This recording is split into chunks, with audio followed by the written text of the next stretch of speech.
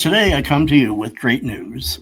As you probably have heard in the last 24 hours, that Trump sanctioned Russian oil, the two biggest companies, Rosneft and Lukoil, and which affects a little more than 3 million barrels a day coming out of Russia. This is a huge deal, and I am very excited about it, and I'm going to share why. Last week, when Putin and Trump talked on Thursday, and of course, the dialogue changed as it always does after he talks to him. And the threat of the Tomahawks was taken off the table. I was very upset and very worried that not so much a repeat of last whatever it was, February or March with Zelenskyy, is just muddling along again for a while. So of course he met with Zelenskyy Friday, but nothing significant had changed at that point. So here we are with a surprise sanction coming out of the Treasury yesterday, and it is huge. But the main focus of this that you're not hearing in any of the news that I'm seeing is it's not the 3 million barrels a day that they're sanctioning from Lukoil and from Rosneft. It's the secondary sanctions that are involved, which is sanctioning any financial institution that deals with Russia from these two companies anywhere in the world that also happens to deal with the U.S. in any way, shape, or form. And I have news for you. None of those financial institutions that have any access to U.S. Services wants to lose that and get sanctioned by it. So it's a powerful, powerful package that Trump has finally done. So, here's some of the headlines today. So you have from, the BBC, what's significance of the U.S. sanctions on Russian oil? Putin says he'll never bow to U.S., but concede the sanctions hurt. Putin defiant after Trump sanctions. Moscow Times, Putin says U.S. sanctions serious, but won't significantly affect them. And just article from the CBC out of Canada. It was just an article I found that just sort of explained it pretty easily. So just how significant are the sanctions the U.S. slapped on Russian oil giants? And we go down here. When the U.S. Treasury slapped sanctions on two of Russia's largest oil producers Wednesday, it was clear sign of Washington's growing frustration with Putin, who has refused to agree to a 30-day ceasefire in the war or engage in substantive negotiations. That's really the bigger deal. And I'm so happy that Trump did this. The U.S. Treasury accused Lukoil and Rosneft of helping to fund the Kremlin's war machine. The sanctions triggered a jump in global oil prices and rattled nerves among Russian customers, which is very true. So I don't know if you've ever heard of this guy, but this is a man by the name of Jason J. Smart. He's in his 40s. He has a doctorate in some type of foreign affairs.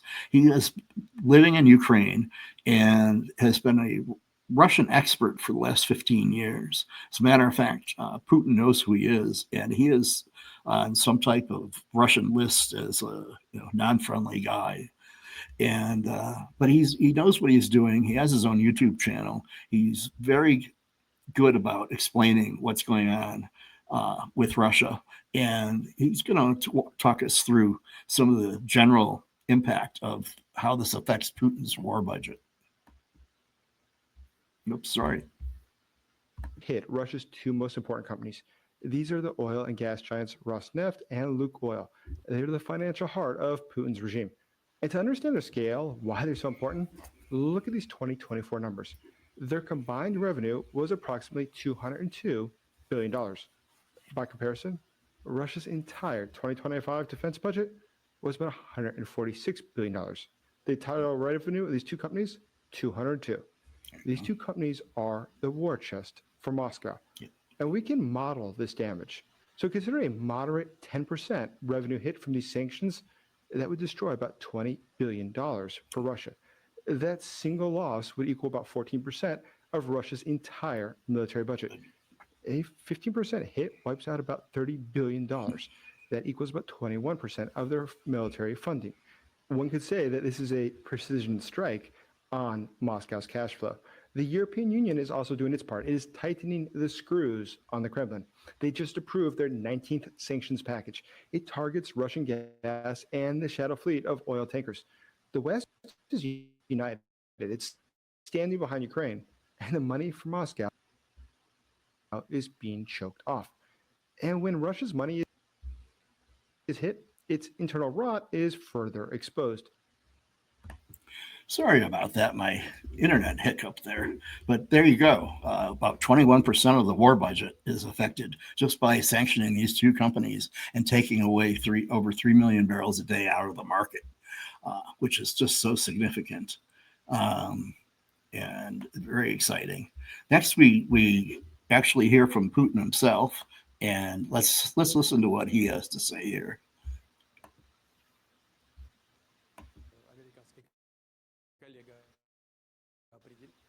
Now, regarding the new sanctions, first of all, understandable, and they will have certain consequences, but still, they will not significantly affect our economic well-being. This, of course, is an attempt to put pressure on respecting people. Ever decide anything under pressure? Russia has such a privilege to feel and consider itself on this list of self. Of course, this is an unfriendly act towards Russia. This is an obvious thing, and it does not strengthen Russian-American relations, which have just begun to recover. Of course, with such actions, the U.S. administration damages Russian-American relations. The U.S. consumes 20 million barrels of oil. They sell something and buy even more, mainly in Canada. So they produce 13.5 and consume 20. But the Russian Federation and Saudi Arabia markets, Russian Federation, 7.5. So our contribution to the global energy balance is very significant. Very. And now this balance has been created in general, both in the interests of consumers and in the interests of producers. Breaking this balance is a very ungrateful job, including for those who are trying to do it. Sure, it is possible to replace some part of Russian oil exports. Of course, not all of it. This is impossible. But some part of Russian oil and petroleum products to replace it on the world market. But firstly, it takes time. And secondly, it requires large investments. It is not possible to sharply increase global oil production at the moment. Right. Anyway, there you have it from Putin. And he himself says that Saudi Arabia is responsible for 9 million barrels of oil a day and Russia for 7.5 million. And you have 3 million taken out here. It's actually 3.1 million.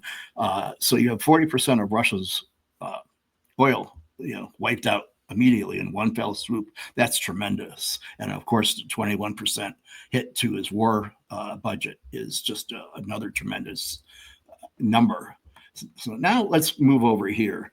Over at Times Radio, they did this interview with a analyst very similar to Jason Smart, who covers the secondary sanctions, which of course is what I said I think is the most important part of these sanctions. So this is in two parts. So let's take a listen to him, and he'll walk us through the impact that these sanctions are going to have, both oil and financial. Even Chinese companies, which are not directly affected by these sanctions, have announced that they are perhaps pulling back now from their energy dealings with Russia. John, you want a number? 3 million barrels of oil a day? That's a significant amount of oil that the world needs. And we are curtailing those shipments that Russia is sending out. Yeah. At the end of the day, without oil revenue, this war ends very quickly because Putin can't pay for it. Let's talk about the new American sanctions on Russian oil companies. First, direct intervention the Trump administration has made over the Russian invasion of Ukraine. President Trump explained why he's acting now. These are tremendous sanctions. These are very big. Those are against their two big oil companies, and we hope that they won't be on for long. We hope that the war will be settled. We would like to see them just take the line that has been formed over quite a long period of time and go and let's go home. Last week they had almost 8,000 soldiers killed. Many Russians were killed last week. Many Ukrainians were killed last week. We think it's ridiculous, and would like to have it end. Why do you think he wants peace, though? Why do you still believe that? I think they want peace. I think they both want peace at this point. Well, Donald Trump there. Now, Rosneft and Lukoil account for nearly half Russia's total crude oil exports, with the two corporations exporting 3.1 million barrels a day. George Grills is here on the line, the U.S. correspondent So there you have it. for the Times. So to you, George. So there you have it. And I forgot to tell you that Trump, his comments were going to be in there, which I did want to cover. So there you have that from Trump and his explanation and just the introduction of this other gentleman.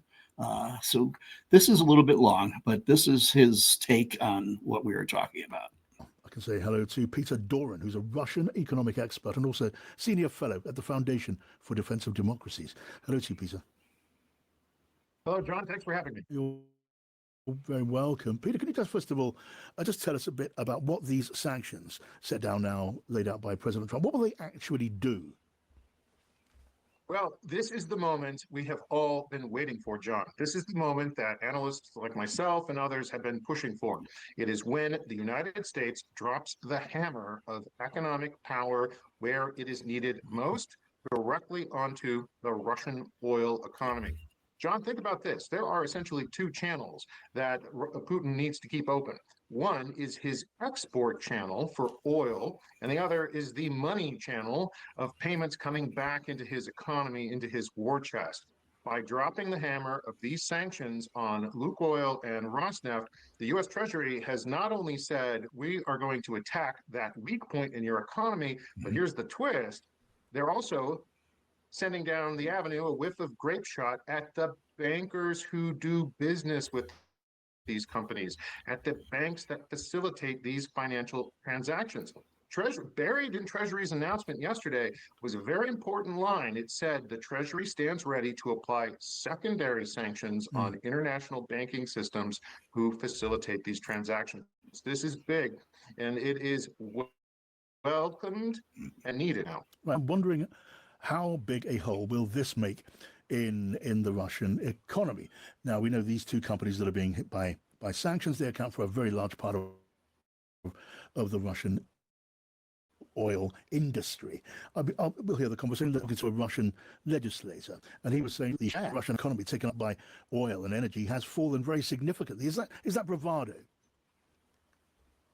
Well, it certainly has, because we have been slowly curtailing and containing affected nations have announced that they are perhaps pulling back now from their energy dealings with Russia. John, you want a number? 3 million barrels of oil a day? That's a significant amount of oil that the world needs. And we are curtailing those shipments that Russia is sending out. Yeah. At the end of the day, without oil revenue, this war ends very quickly because Putin can't pay for it. That's what Treasury has done. Right. And are there workarounds or picking up some of the place that was buying Russia and selling it dear, which has obviously put more of the squeeze on. But how much will these sanctions really hurt? Well, most of the oil that goes to China goes through pipelines. Those are hard to attack without physical force, or ends out over the water. Well, their shadow fleet, illegal tankers plying the world's oceans, that is the next big weak point. Here's the thing, John. The United States, along with its NATO allies, has the ability under international law to board, inspect, and seize these illegal tankers plying the world's oceans, especially as they leave the Baltic Sea filled with oil. If they are playing games with their paperwork, if they are off the back of these vessels, that's illegal, and we can seize them. That's going to be the next point of weakness we should attack in order to prevent sanctions evasion. So you have it. You've got Trump finally taken a significant role in a significant set of sanctions. And as I said, as I've been talking about, it's not as much on the oil as it is on the banks. And of course, the oil, as he just explained, the workarounds. And I think this is just great. This is just super. And I think that we may see some action coming out of Russia coming to the table much quicker than we thought even last Friday. So this is a good thing. So thank you for watching. If I could ask you a favor, could you please subscribe to this channel and like this video? As the subscriber base increases, I will get more exposure in YouTube's algorithm, and then I'll be shown to more people. So it's really important. And it really does me a huge favor that I would thank you for. So thank you for subscribing. Thank you for watching. And I'll be coming to you with more interesting information. Thank you.